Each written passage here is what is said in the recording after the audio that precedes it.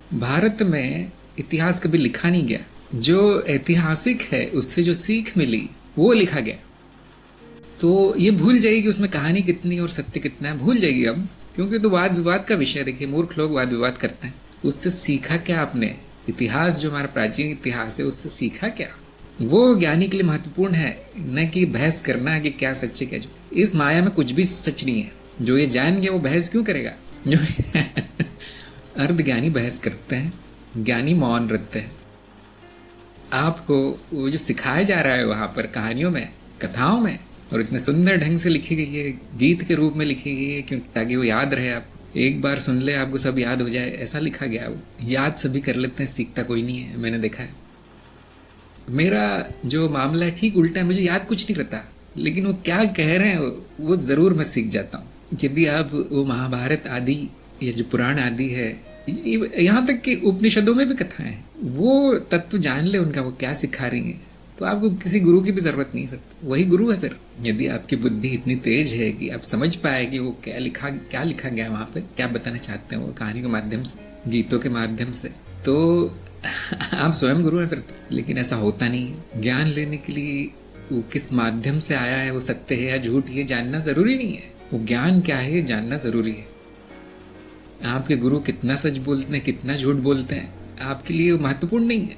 उन्होंने जो बताया कि ये ज्ञान है, उसको सत्यापित करके आप अपने अनुभव द्वारा देख पाते हैं या नहीं, वो महत्वपूर्ण है। किसी गुरु पे विश्वास कर लेना कि ये तो हमेशा ही सच बोलते होंगे, ठीक नहीं है। वैसे 90% संभावना है कि वो सच ही बोलते होंगे, ऐसा तो कोई गुरु होगा नहीं। लेकिन क्योंकि साधकों के स्तर अलग अलग हैं, आप सभी जानते हैं, हर स्तर के साधक मिलते हैं। तो जो निचले स्तर के साधक है, जो नए नए आए हैं बेचारे, ये कम बुद्धि है उनकी, उनको सिखाने के लिए, क्योंकि वो पूरा पकड़ नहीं पाएंगे जो उच्च किस्म का ज्ञान है, तो उनके लिए वो थोड़ा सा अज्ञान भी परोस देते हैं। वो कहते हैं पूरी तरह सच है। तो जो साधक आगे निकल गए वो जान जाते हैं गुरु ने कहाँ पे झूठ बोला, कहाँ सच बोला, उनके लिए बाएं हाथ का खेल है। लेकिन जो नए नए आते हैं बड़ी उलझन फंस जाते हैं बेचारे, कि आज तो इन्होंने ये सच बोला था, कल उन्होंने वो उसको सच बता दिया। ध्यान दीजिए, सत्य के संदर्भ होते हैं। अज्ञानी के सामने कुछ और बोला जाता है, ज्ञानी के सामने कुछ और बोला जाता है। आपने देखा ही होगा कि गुरु के आसपास अक्सर अज्ञानी लोग जमा होते हैं। ज्ञानी क्यों आएगा गुरु के पास? और उसके बाद और विकास कर जाता है साधक, तो बताया जाता है कि माया में कुछ भी संभव है, सब कुछ मिथ्या है। यहाँ पर ज्ञान लो, आगे बढ़ो।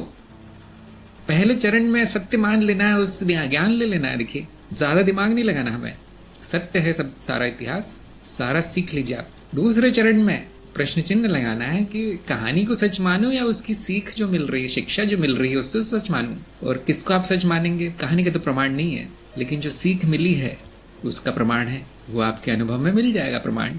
और तीसरा चरण है कि अब सारा ज्ञान हो गया है, अब छोड़ दो अब छोड़ दो कथा कहानियों को, अब क्या पड़े उसके पीछे। उसमें से जो बुद्धिमान होगी जनता, वो प्रश्न करेगी कि गुरु जी आत्मन क्या होता है, अब ये ब्राह्मण से कैसे मिलता है? अब देखिए, यहाँ पे द्वार खुला है, अब यहाँ पे दिमाग की खिड़की दरवाजे खुल गए हैं, और ऐसे व्यक्ति को आश्रम में दाखिला मिल जाता है। जो पूछता है उसको ज्ञान मिलता है। गुरु ने क्या कहा है सुनिए और उस पर प्रश्न कर दीजिए, आपका एक चरण आगे बढ़ जाएगा। जो केवल सुनता रहेगा वो उसका जीवन प्रपंच में ही निकल जाएगा। गुरु झूठ से ही शुरू करता है, लेकिन सत्य पे अंत कर देता है, और फिर सत्य बताना भी नहीं पड़ता, यहाँ पहुंचा देगा आपको गुरु कि आप खुद अपने मुंह से सत्य बताएंगे। प्रमाण कुछ नहीं होता गुरु के वचनों का, प्रमाण आपका स्वयं का अनुभव। बहुत से लोग मुझसे पूछा करते थे कि ये ज्ञान आपको कैसे हुआ, आपका अनुभव क्या है? और मैं उनको कभी नहीं बताता। मैं ये कहता हूँ आपका अनुभव क्या है, उससे आपको अधिक फायदा मिलेगा। मेरा अनुभव मेरा है, वो जान के आपको क्या मिलेगा? उसका क्या प्रमाण है कि मैंने सच बोला है, झूठ बोला है? जो गुरु से मिला है वो प्रमाण नहीं। अपने अनुभव में ढूंढना है आपको, चाहे ज्ञान हो, चाहे विज्ञान हो, चाहे तंत्र हो, सभी में आप ही का अनुभव काम आएगा। मैं चाहता हूँ अपने अनुभव के द्वारा प्रमाणित किया जाए सब कुछ, और मैं फिर देखता भी हूँ, परीक्षा भी लेता हूँ कि कहाँ पहुँचे फिर ये लोग, सत्यापन करने के बाद कहाँ पहुँचे। और उस मामले में मैं बहुत ढील दी है मैंने कि 50% हो गया तो बहुत है। कलयुग में 50% बहुत है, अनुभव आ गया उनको। मुझे कैसे पता चलता है कि इनको सच में अनुभव हुआ है कुछ? वैसे पता करना बहुत कठिन है, लेकिन जो जिस तरीके से उत्तर दिए जाते हैं आत्मविश्वास झलकता है उनके उत्तरों में। कितना भी घुमावदार प्रश्न हो उनको घुमा नहीं पाता, तो उससे मुझे अनुमान हो जाता है कि हाँ, सत्यापित है। और ऐसा नहीं होगा हमेशा कि वो हमेशा ऐसी स्थिति में रहेगा व्यक्ति। कभी कभी भूल जाते हैं और फिर से वही प्रश्न दोहराते हैं। या एक विशेष प्रजाति है हमारी पृथ्वी पाई जाती है बहुत जगह, उससे कहते हैं शक का कीड़ा। ये शक का कीड़ा जिसे काट लेता है उसको गुरु भी कुछ नहीं कर सकता उसका। तो ऐसे लोगों को छोड़ दिया जाता है कि तुम्हारा इलाज अपने आप हो जाएगा, कुछ दुख भोग लोगे, क्योंकि असत्य में चला गया व्यक्ति। अब गुरु पर भी शक कर रहा है, जब दुख भोग लोगे तो वापस आ जाना। शक के कीड़े का जहर बहुत बुरा होता है। इसीलिए निधिध्यासन बताया गया है कि हमेशा उसको नवीनीकरण करते रहना है। इसके लिए सत्संग बहुत अच्छा उपाय है। बार बार दोहराई जाती है बातें, अलग अलग तरीके से बताई जाती हैं, अलग अलग उदाहरण आते रहते हैं, गुरु क्षेत्र से ऐसी बारिश होती रहती है। तो आपका बहुत फायदा होगा, बहुत लाभ मिलेगा। सबसे अच्छा सत्संग है। दूसरा है दूसरों को सिखाना। सबसे अच्छा तो उसको कहा जाएगा, लेकिन लोगों के पास इतना समय नहीं, मैंने देखा है। तो दूसरों को जो सिखाता है सबसे ज्यादा लाभ उसको होता है, जो सिखा रहा है। जो सीख रहा है उसका तो लाभ होगा ही, लेकिन इतना नहीं, संशय नहीं आएगा, शंका नहीं आएगी, क्योंकि अपने मुंह से बोल रहा है वो व्यक्ति अपने मुंह से वही बोलेगा जो सत्यापित कर चुका है। और भी कई तरीके हैं ज्ञान में बने रहने के, स्मरण में रहने के, जिसे हमने निधिध्यासन कहा है। ज्ञान मार्ग में कोई साधना नहीं है, फिर भी मैं आप लोगों को साधना देता रहता हूँ। उसका एक ही प्रयोजन है कि भूले नहीं आप, वापस अज्ञान में न चले जाएं। माया बहुत शक्तिशाली है। जो नए नए आए उनको तो ऐसे ही घुमा के फेंक देती माया। जो कई जन्मों से ज्ञान मार्ग पे है उनको थोड़ा सा छोड़ देती है वो। तो गुरु जो बोलता है उसके पीछे कारण होता है।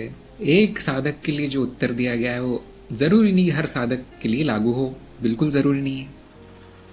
तो एक दिन वो कहेगा कि देखिए चोरी नहीं करना है, झूठ नहीं बोलना है, और यही नैतिक है। और अगले दिन वो कहेगा व्यक्तिनिष्ठ है नैतिकता, अपनी आप स्वयं तय कर लीजिए।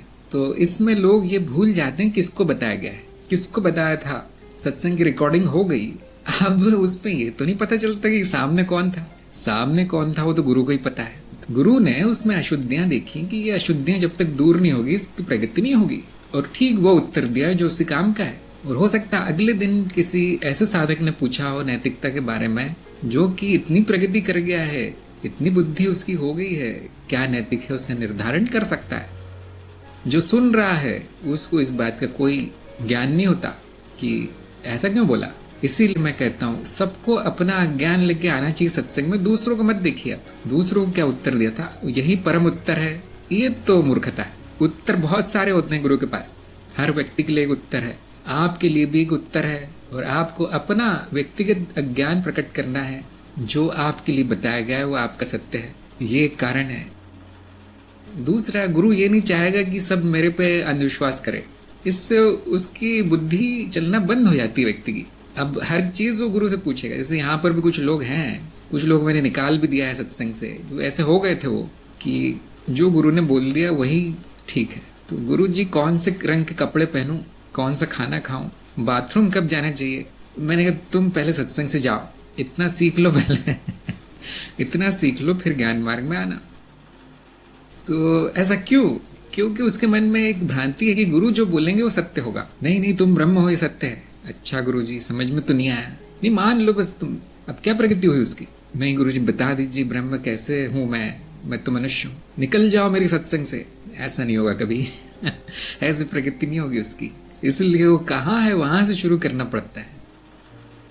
जब प्रश्न सही आने लगे तो उत्तर सही आने लगेंगे, जब प्रश्न ही ऐसे हैं तो फिर निकालना ही पड़ता है उनको। तो ये ज्ञान प्रसार की प्रक्रिया है, ज्ञान प्रसार की प्रक्रिया। और विरोधाभास उन्हीं को लगेगा जो समर्पित नहीं है इस मार्ग को। बाकियों को नहीं लगेगा विरोधाभास, बाकियों को विरोधाभास कुछ हफ्तों में दूर हो जाएगा।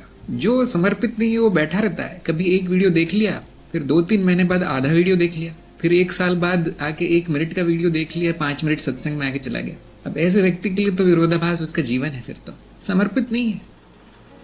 और ये परीक्षा भी होती है छात्रों की कि वो मेरी बात सुनने के लिए कहाँ तक तत्पर है, जिज्ञासा कितनी बढ़ गई है, वो आग कितनी ज्यादा है उनमें ज्ञान लेने की। तो जिनमें जिज्ञासा नहीं है वो चले जाते हैं कि अरे ये तो कुछ भी घुमाते रहते हैं, ठीक नहीं है गुरु। जिनकी बुद्धि जाग चुकी है वो उसमें भी ज्ञान खोज लेते हैं, जो विरोधाभास है उसमें भी ज्ञान खोज लेते हैं। जो ध्यान से सुनता है गुरु को, वही समर्पित हो पाता है, वही विश्वास कर पाता है। जो आते जाते चल रहा है किसी तरह से आध्यात्म, उनका कुछ नहीं होगा। देखिए गुरु भी जान जाते हैं, ध्यान नहीं देते उन पे, फिर उनको निकाल दिया जाता है आश्रम से, सत्संग से, कि इतनी तुम में अभी जागरूकता नहीं आई है या इतनी मुमुक्षता नहीं आई है कि तुम बैठकर 1-2 महीने सुन सको। वही निर्णय ले लेते हैं, वही अपना फैसला सुना देते हैं वो 5 मिनट सुन के गुरु को। तो बेटा फिर तो तुम तो महागुरु हो गए। हर गुरु के बारे में तुम फैसला ले लेते हो कि क्या सच बोला है, क्या झूठ बोला है इन्होंने, तो तुम तो महागुरु हो। अब इस महागुरु को कोई नहीं सिखाएगा, किसी की हिम्मत नहीं होगी। जो हाथ जोड़ के ग्रहण मुद्रा में बैठा है, सुन रहा है चुपचाप, मनन जारी है उसका, अंधविश्वास के रूप में नहीं। इन्होंने ये कहा तो क्यों कहा? तो जिनमें जिज्ञासा है वो बैठेंगे मेरे पास, उनको ज्ञान होगा। बाकी लोग भागते रहेंगे अपने आप को महागुरु बना के। जब मैंने ज्ञान प्रसार शुरू किया तो इंटरनेट से नहीं किया, आमने सामने बैठकर होता था हमारा सत्संग। ये बहुत अच्छा हुआ कि इंटरनेट का माध्यम उपलब्ध है, अब सभी लोगों को दिया जा सकता है। लेकिन शुरुआत इसी तरह हुई थी, आमने सामने बैठकर ही सब बताया जाता था। और पुणे में बैठकें होती थी हमारी, और उसमें ज़्यादा लोग नहीं होते, 4-5 ही होते थे, जो बाद में घट के 1-2 हो गए। और वो जब महामारी शुरू हुई तो बंद कर देना पड़ा वो सारा। अब हम तो उसको फिर से शुरू करने का प्रयास किया है। तो हाँ, ऑनलाइन बहुत अच्छा है, सभी के लिए अच्छा है, जल्दी हो जाता है काम और कहीं जाना नहीं पड़ता। और मेरे लिए तो बहुत ही अच्छा है, क्योंकि फिर यदि आमने सामने होता है तो उसमें पैसों का भी चक्कर आ जाता है, क्योंकि वो चीज़ फिर खर्चीली हो जाती है। साधक का खर्चा नहीं होना चाहिए, मेरा कहना है। मेरा ये मानना है कि सभी शिक्षा मुफ्त हो जानी चाहिए। कई देशों में ऐसा हो चुका है, सभी तरह की शिक्षा, चाहे उत्तर जीविता से संबंधित हो, जो कि आपकी स्कूल कॉलेजों में दी जाती है, पूरी तरह मुफ्त होनी चाहिए। ऊपर से उस शिष्य को पैसे मिलने चाहिए, जेब खर्च के आदि पैसे उसको मिलने चाहिए। सबसे पहली चीज़ तो खाना और कपड़ा हर व्यक्ति के लिए मुफ्त होना चाहिए। और तीसरा नंबर आता है शिक्षा का। एक उदाहरण रखना चाहते हैं सबके सामने कि ये संभव है। गुरु को भिखारी बन के जीना आवश्यक नहीं है, वो भी शिष्यों से पैसे लेना आवश्यक नहीं है। शिष्यों को पैसे देना है, लेना नहीं है। तो ये जो शिक्षा का जो एक व्यवसाय चल गया है, बहुत बुरी बात है। व्यवसाय कर सकते हैं, यदि व्यावसायिक शिक्षा दी जा रही है तो व्यवसाय जरूर कर सकते हैं, लेकिन मूलभूत ज्ञान दिया जा रहा है, भाषा का ज्ञान, गणित का ज्ञान और इन चीज़ों का ज्ञान, आध्यात्मिक ज्ञान, उसके पैसे नहीं लेना है। नरक में जाएंगे ऐसे लोग। ये हमने अभी से शुरू कर दिया, आगे ऐसा ही होगा। क्या ये संभव नहीं है अभी होना? पूरी तरह संभव है। क्या ऐसा कोई करता है? नहीं, कोई नहीं करता। गुरु को देना है, गुरु को लेना नहीं है। लेकिन शायद लालच है या कुछ व्यवस्था ऐसी है समाज में कि ऐसा नहीं किया जा सकता। अब हमें ही कुछ करना है। कम से कम जो मूलभूत चीज़ें हैं निःशुल्क होनी चाहिए।